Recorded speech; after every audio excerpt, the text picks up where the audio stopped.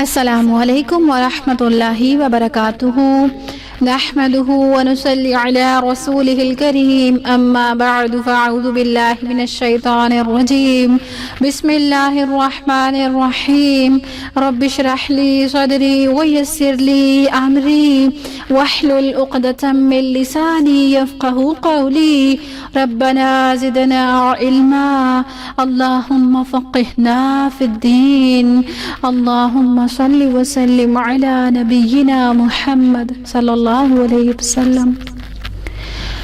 آج ہم جہنم کا تعارف دیکھیں گے کہ جہنم کیا ہے اور اس کی ہولناکیوں کے تذکرے قرآن اور حدیث کی روشنی میں۔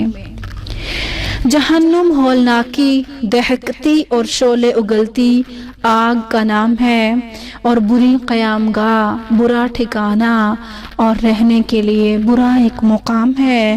اس کی ہولناکی اور شدت کا اندازہ اس چیز سے لگایا جا سکتا ہے، رسول اللہ صلی اللہ علیہ وسلم نے فرمایا، جہنم میں سب سے ہلکا عذاب اس آدمی کو ہوگا جسے آگ کی جوتیاں پہنا دی جائیں گی اور اس آگ کے جوتے کی وجہ سے اس کا دماغ جو ہے وہ کھولنے لگے گا، ابلنے لگے گا۔ استغفر اللہ۔ اور اب قرآن مجید سے جہنم کا مختصر سا تعارف پیش کرتے ہیں تاکہ انسان اس سے اپنا بچاؤ اور دفاع کا انتظام اسی دنیا میں کر سکے۔ شیطان کی پیروی کرنے والے تمام انسانوں کے لیے جہنم کی وعید ہے، جس کے 7 دروازے اور ہر دروازے کے لیے جہنمیوں میں سے ایک حصہ مخصوص کر دیا گیا ہے۔ فیصلے کے بعد کافر گروہ در گروہ جہنم کی طرف ہانکے جائیں گے۔ جب وہ جہنم کے قریب پہنچیں گے تو اس کے دروازے کھول دیے جائیں گے۔ جہنم کے دربان ان سے کہیں گے، کیا تمہارے پاس خود تمہارے میں سے تم لوگوں میں سے ایسے رسول نہیں آئے تھے جو تمہیں تمہارے رب کی آیات پڑھ کر سناتے اور اس دن کے آنے سے تمہیں ڈراتے؟ وہ جواب دیں گے، ہاں آئے تھے، لیکن عذاب کا فیصلہ کافروں پر حق ہو کے رہے گا۔ کہا جائے گا، داخل ہو جاؤ جہنم کے دروازوں میں سے، یہاں اب تمہیں ہمیشہ رہنا ہے۔ تکبر کرنے والوں کے لیے بہت ہی بری جگہ ہے۔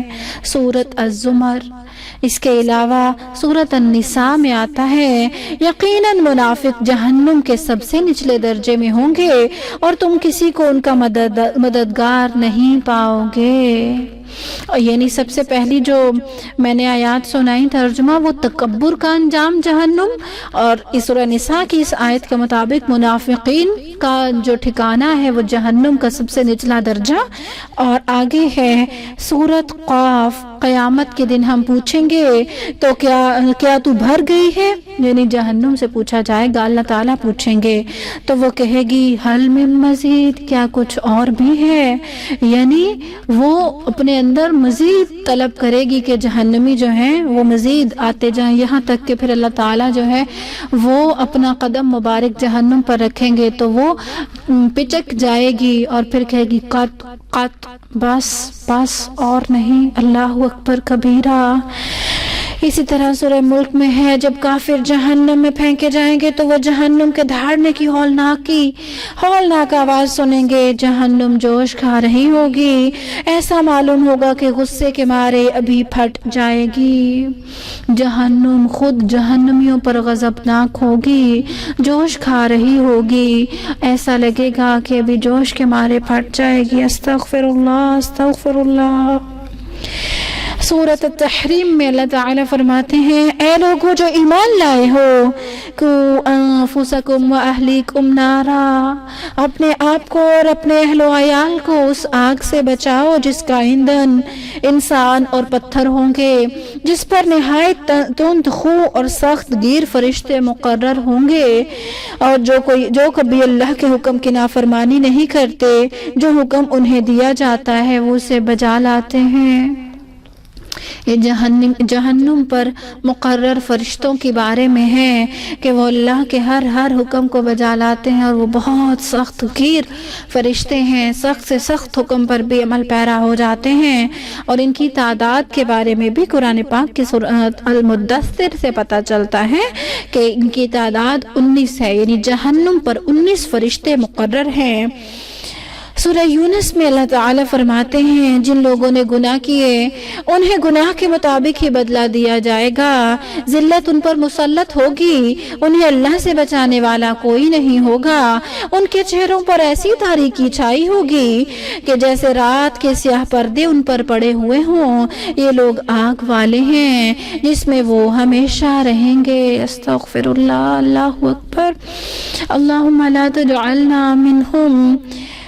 سورہ نساء میں ایک اور جگہ اللہ تعالیٰ فرماتے ہیں بے شک وہ لوگ جنہوں نے ہماری آیات کو ماننے سے انکار کیا، جھٹلایا، انہیں ہم یقیناً آگ میں جھونکیں گے، جب ان کے بدن کی کھال گل جائے گی تو اس کی جگہ دوسری کھال پیدا کر دی جائے گی تاکہ وہ عذاب کا خوب مزہ چکھیں، اور اللہ ہی غالب ہے اور حکمت والا بھی۔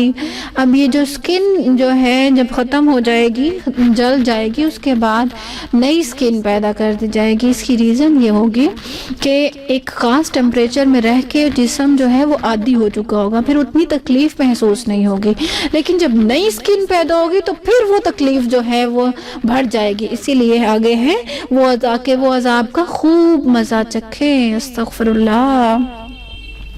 جہنم کو دیکھتے ہی کافروں کے چہرے سیاہ ہو جائیں گے، رنگ ان کا اڑ جائے گا، رونق ختم ہو جائے گی، کیونکہ انہیں پتا ہوگا کہ اب اس سے ہمیں کوئی نہیں بچا سکے گا اور ہمارے اعمال اسی کے قابل ہیں۔ اور جہنمی جب عذاب سے تنگ آ کر موت مانگیں گے انہیں موت بھی نہیں آئے گی۔ جہنم کی آگ جہنمیوں کے چہرے کا گوشت جلا ڈالے گی، ان کے یہاں تک کہ ان کے جبڑے باہر نکل آئیں گے، سورۃ المؤمنون کے مطابق۔ اس کے علاوہ جہنم کی آگ نہ زندہ چھوڑے گی نہ مرنے دے گی اور لوگوں کو چکنا چور کر دے گی۔ جہنم میں کافروں کو بند کر کے اوپر سے دروازے بند کر دیے جائیں گے، کیونکہ اس کے بعد نہ تو موت آئے گی اور نہ ان کو وہاں سے نکالا جائے گا۔ جہنم میں کافر جو ہیں وہ پھنکاریں گے اور شور اس قدر ہوگا کہ کانوں پڑی آواز سنائی نہیں دے گی، ہر طرف چیخنے چلانے کی آواز ہوگی۔ جہنمیوں کو توہر کا زہریلا کانٹے دار اور بدبودار درخت جو ہے وہ کھانے کے لیے دیا جائے گا، اس کا پھل۔ استغفر اللہ۔ اس درخت کے بارے میں آتا ہے کہ اگر اس کا ایک قطرہ جو ہے وہ اس زمین پر گرا دیا جائے تو اس پوری زمین کی کوئی چیز جو ہے اس کا ذائقہ باقی نہ رہے، ہر چیز کڑوی ہو جائے۔ استغفر اللہ۔ اور وہ ان کو وہاں دیا ہی وہی جائے گا کھانے کے لیے۔ اس کے علاوہ جہنمیوں کے زخموں سے بہنے والا خون اور پیپ اور کھولتا ابلتا پانی جہنمیوں کو پینے کے لیے دیا جائے گا، کھانے کو توہر کا پھل اور پینے کے لیے زخموں سے نکلتا خون اور پیپ اور ابلتا ہوا پانی۔ اللہ اکبر۔ اور لباس کیا ہوگا؟ آگ کا لباس پہنایا جائے گا، ان کے ہاتھوں اور پاؤں زنجیروں سے باندھ دیے جائیں گے اور آگ کے شعلے ان کے چہروں پر برسائے جائیں گے۔ استغفر اللہ۔ جہنمیوں کے لیے آگ کا اوڑھنا اور آگ کا بستر بچھونا ہوگا، اور جہنمیوں کو سخت زہریلی گرم ہوا اور سخت زہریلے گرم دھوئیں کا عذاب دیا جائے گا۔ اور اس کے علاوہ جہنم میں جہنمیوں کو منہ کے بھل گھسیٹا جائے گا، لوہے کے گرزوں اور ہتھوڑوں سے مارا جائے گا، اور جہنمیوں کے پاؤں بھی بھاری بیڑیاں ان میں ڈال دی جائیں گی۔ اللہ اکبر کبیرہ۔ جہنمی پانی مانگیں گے تو ایسے پانی سے ان کی خاطر کی جائے گی جو پگھلے ہوئے تانبے جیسا ہوگا، جس کو پینے سے وہ چہرے کو بھون ڈالے گا، بدترین چیز اور بہت ہی بری آرام گاہ ہے۔ استغفر اللہ۔ اللہ اکبر کبیرہ۔ قرآن پاک کی آیات سے، پورے قرآن پاک سے جہنم کے بارے میں جہاں جہاں ذکر تھا وہ مختلف آیات کا ترجمہ، جہاں جہنم کی ہولناکیوں کا ذکر تھا، مختصراً قرآن پاک سے میں نے تعارف بتایا ہے۔